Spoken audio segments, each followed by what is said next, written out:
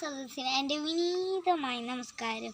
ബഹുമാനപ്പെട്ട അധ്യാപകരെ, പ്രിയ കൂട്ടുകാരെ, ഇന്ന് നവംബർ 14 സ്വതന്ത്ര ഇന്ത്യയുടെ പ്രഥമ പ്രധാനമന്ത്രിയായ പണ്ഡിറ്റ് ജവഹർലാൽ നെഹ്റുവിൻ്റെ ജന്മദിനം ശിശുദിനമായി നാം ആഘോഷിക്കുന്നു. 1859 നവംബർ 14 ആണ് അദ്ദേഹം ജനിച്ചത്.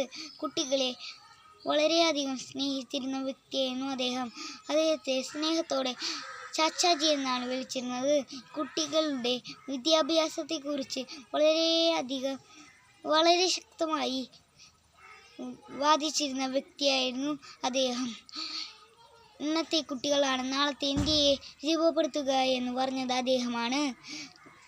കുട്ടികൾ നാളെയുടെ വാഗ്ദാനമാണ്. ബാലവേലയും കുട്ടികൾക്കെതിരെയുള്ള അതിക്രമവും പീഡനങ്ങളും ഇല്ലാത്ത ഒരു ഇന്ത്യയാണ് നെഹ്റു സ്വപ്നം കണ്ടത്. അദ്ദേഹത്തിൻ്റെ ആ സ്വപ്ന സാക്ഷാത്കാരത്തിന് നമുക്കും കൈകോർക്കാം. നന്ദി. ജയ് ഹിന്ദ്.